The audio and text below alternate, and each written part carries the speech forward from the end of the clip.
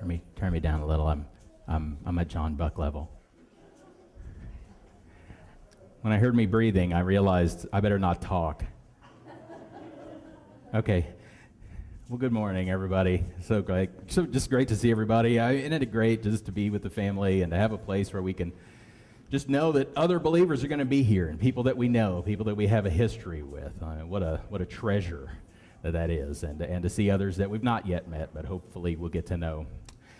We're continuing in Luke. We're winding down toward the end, and we're just throughout this series just been looking at Jesus and his actions and his words.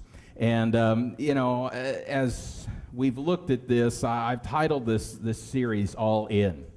And the reason for that is because Jesus doesn't really give much room for half measures. He wants all of us. And more than once in this book, he said, you've got to cash it in to belong to me. If you want me, you're going to have to dump everything else, right? And so we start with 100% commitment and find out what that means as we go through life, and we learn of him. But as we go out into the world and we offer him to others, and we say, look, here's this one who came, and he's here, he's the answer, and he requires everything from you. It can be a hard sell. And one of the hard things about it isn't so much that we're telling people, Jesus wants you to make all your possessions available to him. If that were all he wanted, it might be easier. But what Jesus wants us to do is to find our worth in him.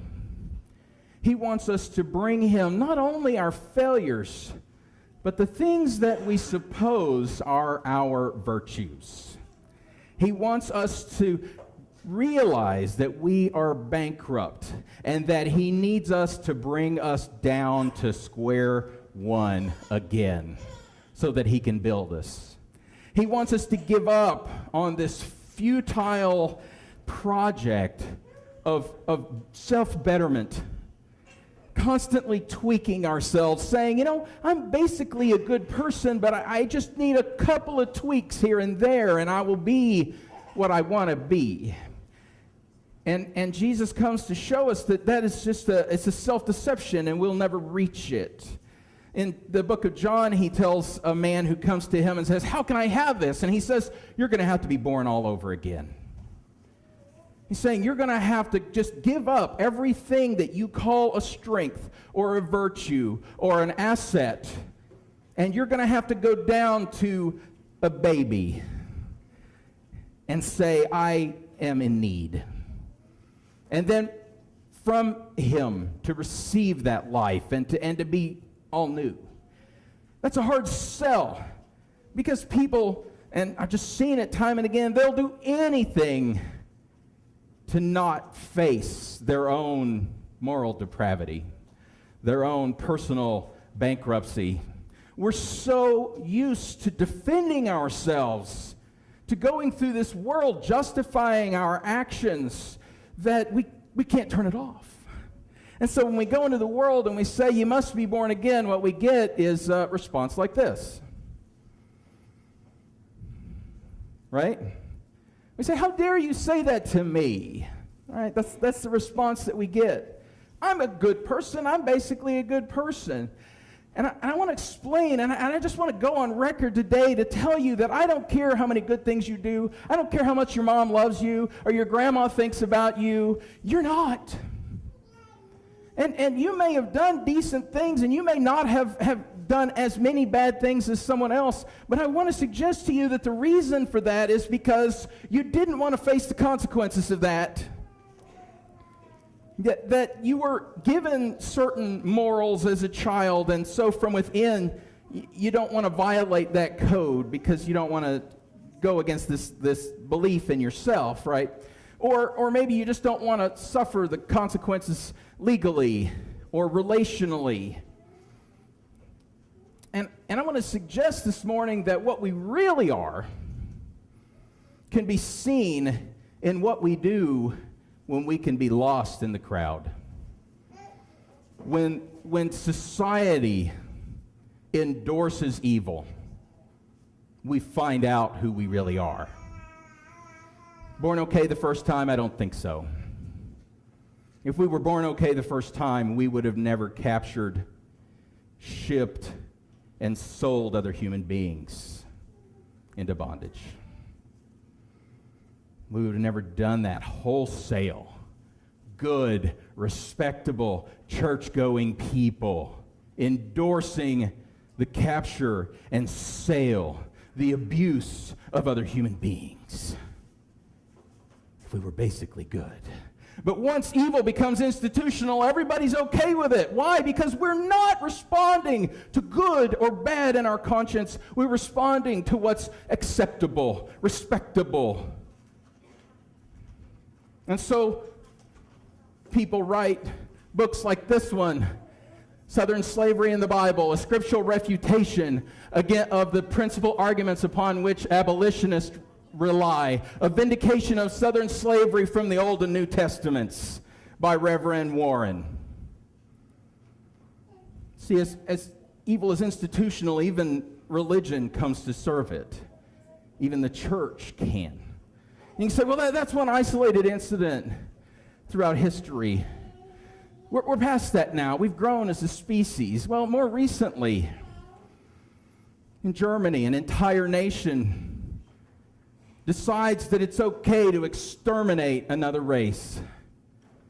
This is a picture of Nazi officers forcibly shaving the beard of a Jewish man against his faith.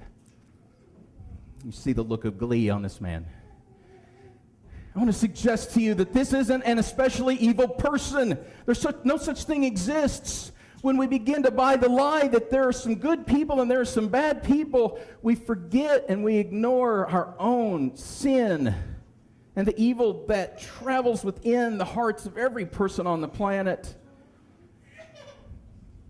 And in the midst of all of this, the German church comes up with this, Hitler's struggle and Luther's teaching, the only hope for the German people.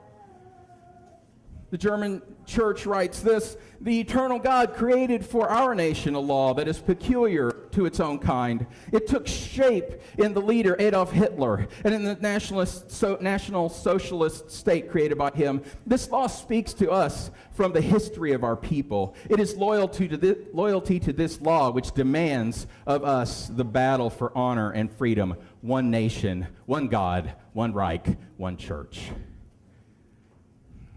Folks, there is no safe space from our evil. We're not going to find safety in church. I run into people out there, and I go, man, what are you hoping in? What are you living for? And like, well, I know I'm not doing right, but I'm going to get back into church. Folks, it ain't going to help. Because we trade one set of conformity for another conformity doesn't mean we've changed on the inside. If we surround ourselves with a bunch of friends who gasp when we say a certain word, that doesn't mean that word's not living in our heart, right? And so institutional control can be corrupted as it was here. There has to be a change from within. Church is not a refuge. Our nation is not a refuge. We cannot find freedom from our sin through laws. We can't find it through moral conformity to a group. We say, well, the Nazis were obviously just a bad kind of people. Not true. Stanley Milgram in 1963 ran these experiments. He basically wanted to see if people would deliver a lethal shock to a stranger on the word of a perceived authority. Over 65% of subjects went to lethal level. Almost over 80% went to damaging this man. They didn't actually cause harm, but they believed that they were in this experiment. Because Milgram wanted to know, how was it that a whole nation could be fooled into trying to exterminate a whole race? And he saw that when just someone who was perceived in authority without the threat of harm, without any sort of reward, just, we must continue. That people, the majority of people, good people, as we think of them, would deliver a lethal shock to a stranger. Folks, I want to suggest to you that what we are collectively, what we are in our institutions, it says something about who we are as individuals. I think that the trial of Jesus Christ sheds light on who every human person is and why we need a Messiah. Why there can be no answer to human evil other than the Messiah, Jesus Christ. And so the big idea today is that Jesus' trial exhibits the evil way of the world that he died to save us from. That while Jesus is on trial, we see Exhibit A, the evil in our own heart. So getting into the passage, the first thing I want to notice is that institutional religion operates according to the way of the world.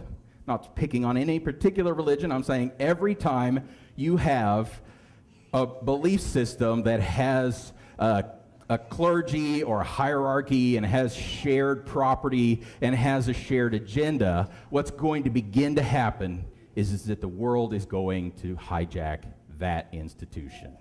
So the first thing I want to notice here as we get into Luke 22 is that religious institutions offer power, prestige, and possessions in exchange for protection.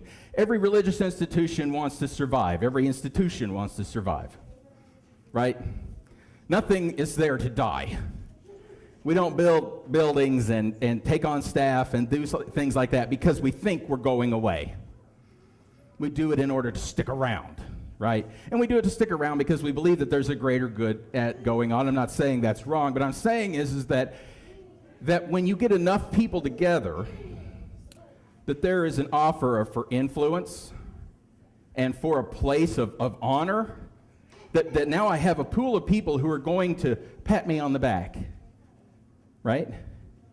And also that there's stuff to get out of it. We can get tangible goods from these institutions, right? And all we've got to do is defend that institution from anybody that might threaten it. Okay? That's what I'm saying. And that's what we see in Luke 22, beginning of verse 66. It says, "At daybreak, the council of elders of the people, both the chief priests and the teachers of the law, met together, and Jesus was led before them." How is it that the religious establishment in Israel could become an enemy of the Son of God? I want to suggest to you that it's, number one, it's because these guys had something to protect. They were going to lose their place. See, if Jesus continued, they would lose their power and their prestige and their possessions. That's a problem. Jesus has become a problem. There's a hierarchy here. There's a place that these guys get to sit here, and Jesus is down there. They've decided that these men get to stand above other men, right? Previously, remember, Jesus was led to these people, and it says, "Then Jesus said to the chief priests and the officers and the temple guard and the elders who had come for him, 'Am I leading rebellion that you've come with swords and clubs?' Then seizing him, they led him away and took him into the house of the high priest, and Peter followed at a distance." That the religious expression of these people, it had with it perks, okay? And to defend those perks, guess what you have to have? You have to have some power. Now, it may not be swords and clubs. It might just be coercion or censure, right? It might be manipulation, but we got to find a way to bring someone onto point if we have an institution to protect. It's a scary thing. I'm not saying every institution is wrong or bad. I'm saying that every institution is subject to corruption because there's a conflict of interests. If I'm getting something out of this, I have a strong motivation to keep it like it is, or to at least keep it alive. And if there's something that God says or tells us to do that might threaten its existence, it makes it hard to see what God is saying. Does that make sense? And so they say to him, "If you are the Messiah, tell us." You notice that they say, they don't say, "If you think you're the Messiah." They actually come at him like they really want to listen. "Well, if you're the one, tell us about it." Right? And Jesus answered, "If I tell you, you will not believe me. And if I asked you, you would not answer. From now on, the Son of Man will be seated at the right hand of the might of God. Now, Jesus is not judging these people's hearts for no reason. Do you remember his interactions with them when they came to him and they said, by what authority are you doing this? And he says, well, I have a question for you too. The baptism of John, whose authority was it from?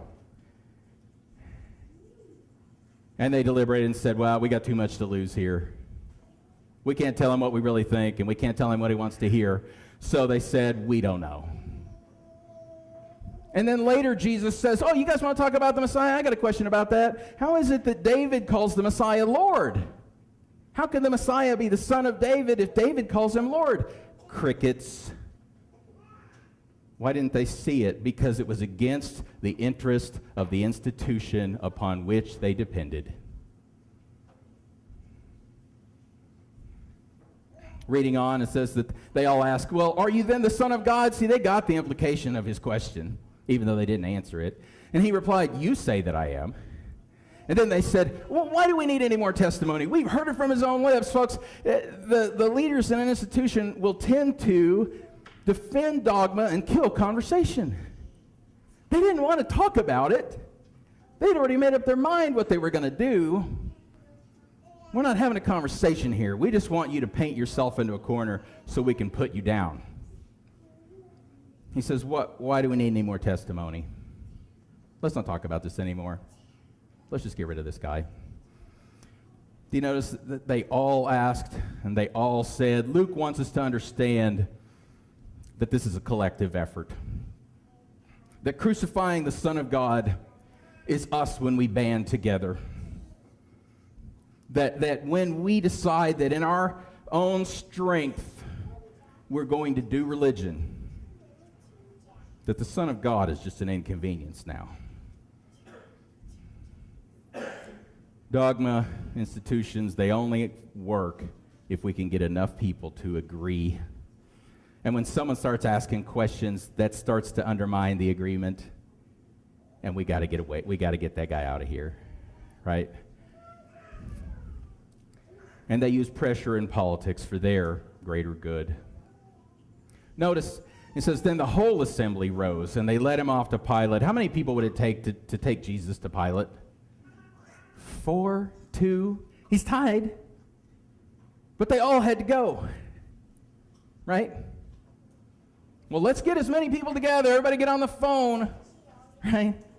Let's get 1 million signatures on this, and we can force somebody to do what we want. Folks, I'm not saying we shouldn't stand for what's good, but I am saying that the church sometimes has been seen as a power broker when Jesus left us behind to be marginalized and relying on him. And that's what they did. They said, let's all go to Pilate. We're going to force him to do what we want by sheer numbers. Strength in numbers is not a function of the kingdom of God. It's a way that the enemy can get a hold of us and pull us away from God. And they rose off to Pilate, and they began to accuse him, saying, we have found this man subverting our nation. He opposes payment of taxes to Caesar and claims to be Messiah, a king. Do you notice that when these guys go, nothing they say is true? They don't say a single thing, but you know why it's okay? Because all of us are saying it together. It's not bad because he's saying it, and I know he's a good guy, and it's not bad because he's saying it, and he's a good guy, right? Not a single thing they say is true. It says we found this guy, or the whole assembly took him to Pilate, and then it says we found him subverting our nation. Folks, these guys, you don't go to Pilate because you're concerned that someone's misleading the nation.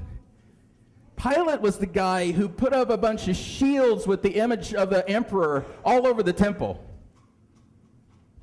He wasn't about keeping the nation pure, and they knew that. You don't go to Pilate because you're concerned about someone misleading the nation. Also, they accused him saying that, he's subverting our nation. Well, that wasn't why they came against him, right? Let's tell this guy what he wants to hear. You see how our sincerity can be undermined when we think we have a greater good?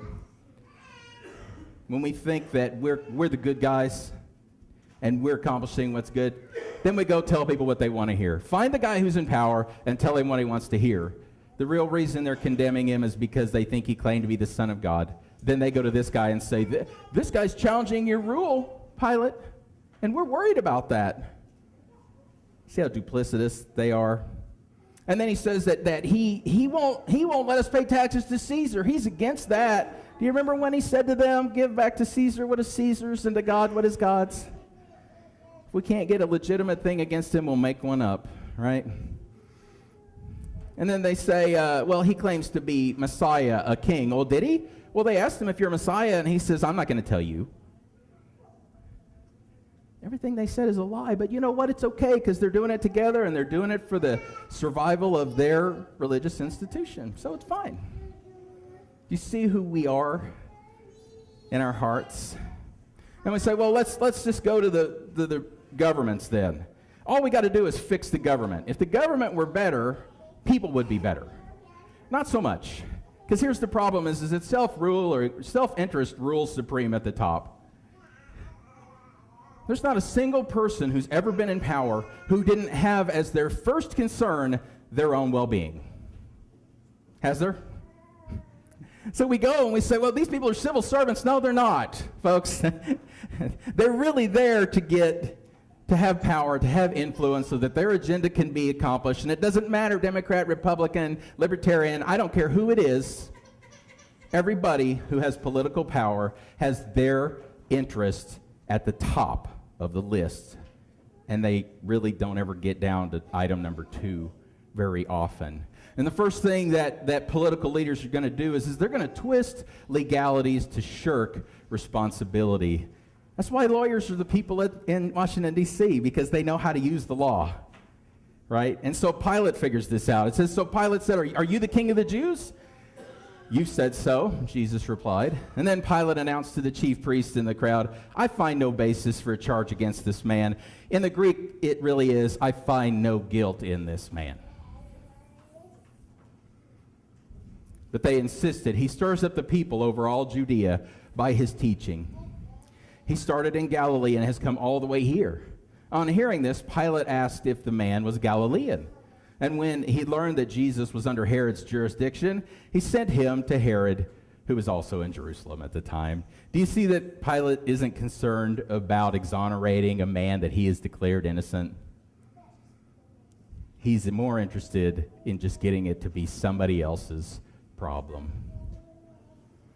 That's a concern. And the next thing I want to notice is that they use their position for personal gratification. You know, there's a reason why people will go into office and be there for 4 to 8 years and leave much more wealthy than they were when they got in. Did you notice that? Did you notice that while we're talking about a healthcare reform and we're trying to get a way to have healthcare for everybody, that everybody in Congress has free healthcare? Did you notice that the person in charge of voting for a raise for Congress is Congress? That there's something wrong about that. And so when Jesus goes to Herod, Herod goes, finally, I get my way. It says, when Herod saw Jesus, he was greatly pleased. For a long time, he had been wanting to see him. From what he had heard about him, he hoped to see him perform a sign of some sort. He plied him with many questions, but Jesus gave him no answer. The chief priests and the teachers of the law were standing there, vehemently accusing him. And then Herod and the soldiers ridiculed and mocked him, dressing him in an elegant robe. They sent him back to Pilate. See, Herod was somebody who was self-indulgent. He just wanted to see a magic trick. He wasn't interested in the kingdom of God. It says back in Luke 9, it says, now Herod the tetrarch heard all about what was going on, and he was perplexed because some were saying that John had been raised from the dead, others that Elijah had appeared, still others that one of the prophets of long ago had come back to life. But Herod said, I beheaded John. Who then is this I hear such things about? And he tried to see him. Folks, there's 3 things that run this world: the lust of the flesh, the lust of the eyes, and the pride of life. And Herod was a man whose eyes lusted. Just like Ecclesiastes says, the eye never gets enough of seeing. And I'm afraid that that's a sin that we have become very guilty of in our world. That while we may not be rulers like Herod, we've got more technology than he could dream of. And I think that we've become addicted to seeing things. And faith comes by hearing. And so Jesus wasn't going to indulge Herod, not one bit. Said he plied him with many questions, and Jesus stood there silent. Why? Because Jesus knew who Herod was. He says at that time, back in Luke 13, it says, at that time some Pharisees came to Jesus and said to him, "Leave this place and go somewhere else. Herod wants to kill you." He replied, "Go tell that fox, I will keep on driving out demons and healing people today and tomorrow, and on the third day I will reach my goal. In any case, I must press on today and tomorrow and the next day, for surely no prophet can die out of Jerusalem." Jesus knew who Herod was. He's a fox. He's a manipulator. He's completely self-interested. And Jesus owed him no answer. Then, reading down Luke 23:12, it says, "That day Herod and Pilate became friends. Before this day they had been enemies." Luke includes this little detail. He's the only one that does. One of the reasons is because Psalm 2 says, "Why did the nations rage and the peoples band together against God and against his anointed?" And so we see Pilate and Herod banding together against Jesus. But I want to point out something else about rulers is that the people at the top, they constitute their own society. People in leadership, they don't ever hang out with the guys down in the trenches. Did you ever notice that? The congressmen aren't at lunch with the blue-collar workers. They don't take their chauffeur out and find out what's going on in his life. There's something that the people at the top have in common, and that is being at the top. That there is a distance between the ones in the upper echelon and everybody who's affected by them. And we can't count on government to affect real change for people down here because they don't understand. These are not where their connections are. They're at that echelon. And finally, the best they can achieve is a lose-lose compromise. Do you notice that about government? We're just trying to come up with a way to, some sort of a dead fish that'll just get everybody off our back. It says, Pilate called together the chief priests and the rulers of the people and said to them, "You brought this man to me as one who was inciting the people to rebellion. I have examined him in your presence and have found no basis for your charges against him. Neither has Herod, for he sent him back to us, as you can see. He has done nothing to deserve death. Therefore, I will punish him and release him." The punish him there is kind of a euphemism. In the Greco-Roman world, to be punished would be to be strapped to a post and then beaten with a scourge that was filled with glass and metal and bone. So Pilate's saying, "Tell you what, guys, this guy's innocent. You want him killed. How about we just beat him to within an inch of his life? Can we go along with that?" It is a lose-lose compromise. Folks, we need a Messiah.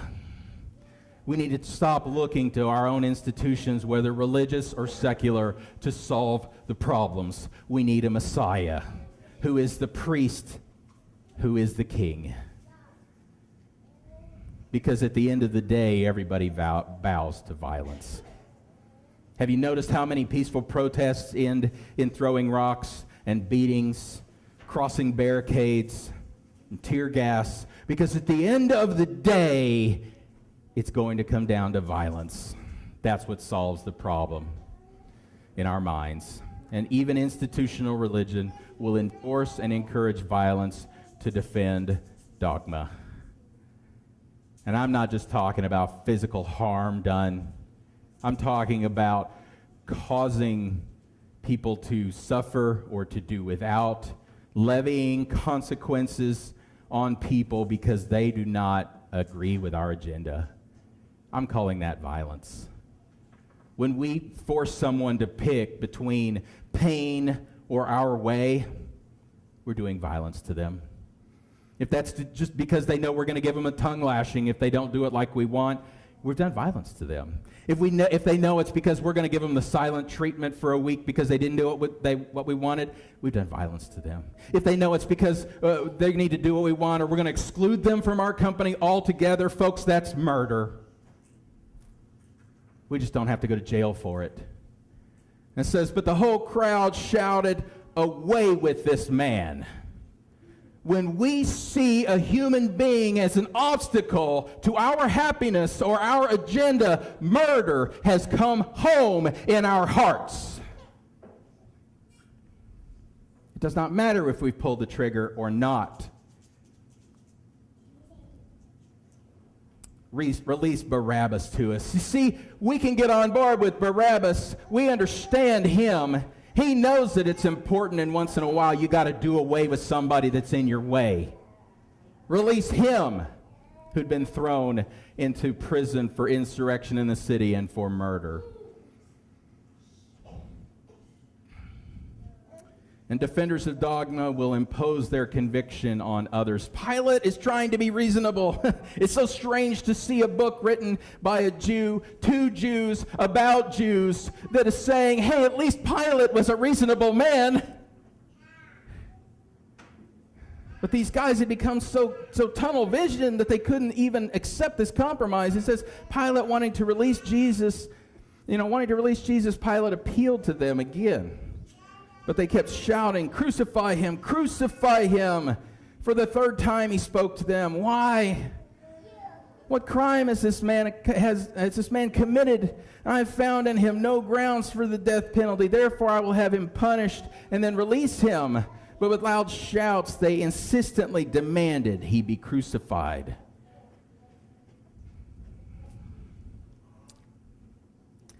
Unfortunately, secular leaders lack the conviction to resist.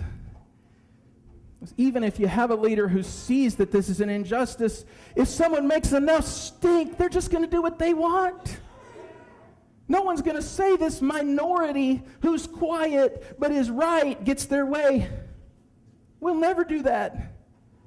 We'll always do it for the loud, unjust majority. The squeaky wheel will always get the oil. We have no hope in government. We have no hope in human institutions. And when we participate in them, we are subject to the worst of our nature. And the innocent suffer and the wicked benefit. As he says, he released the man who had been thrown into prison for insurrection and murder. And the one they asked for and surrendered, the one they asked for and surrendered Jesus to their will. Jesus, as he stands there, alone, with his integrity intact, staring down this violent crowd baying for his blood, looking both Pilate, the Roman prefect, and Herod, the would-be king, in the eye, defying their desires, and standing there alone, beaten and unmoved. He shows the world that it is sinful and he is righteous.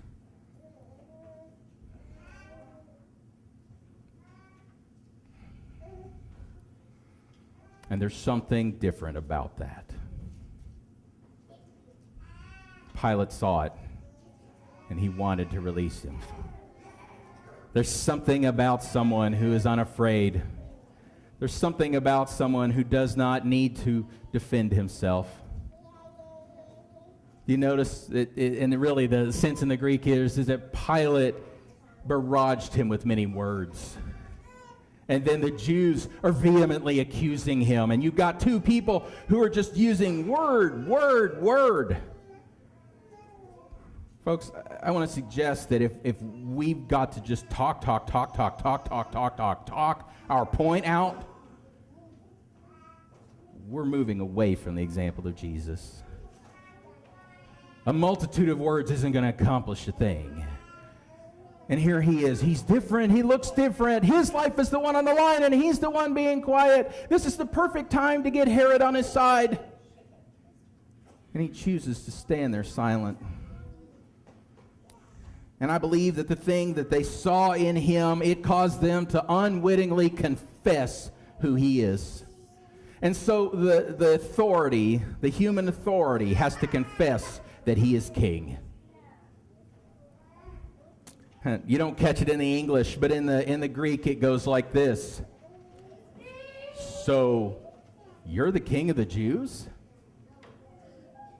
You notice the difference? Pilate says, you are the king of the Jews. And Jesus says, spot on. There's something about him. And the Jews, this secular ruler says, no, you are the secular ruler. You are the one over human community and society. You're the only one who could be trusted to order our lives as we live with each other. And now the religious rulers, they confess, they say, you then are the Son of God? You then are the Son of God. And Jesus says, you know it. The religious rulers, they confess he is the Son of God. Folks, we need the Son of God to lead us to God. No human ruler can. No institution can. We need the Messiah, the Son of God, to lead us to God. And we need the Messiah, the King of the Jews, to make us the nation of God to each other. No human ruler can. We need the Messiah. We need him alone. Why was Jesus able to stand there? Why was he able to stand there and be unmoved by institutional evil? To not participate, I'll tell you how. Because he says this, but from now on, the Son of Man will be seated at the right hand of mighty God. Could I suggest to you that when we know that God holds our future, that God defends our reputation, that he alone has us, though they kill us, he alone has our destiny, then we are free from the flood of institutional evil. Then can we stand against this onslaught like Jesus did.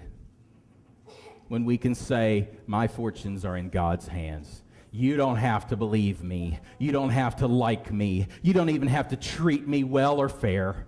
It won't matter in the end. Because my God has me in his hands.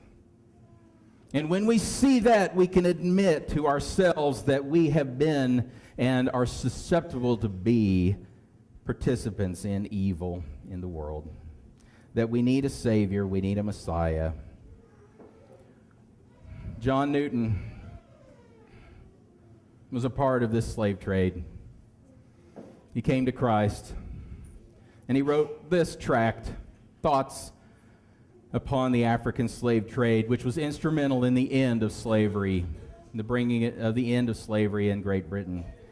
And he says this in this tract toward the beginning. He says, I hope it will always be a subject of humiliating reflection to me that I was once an active instrument in a business at which my heart now shudders.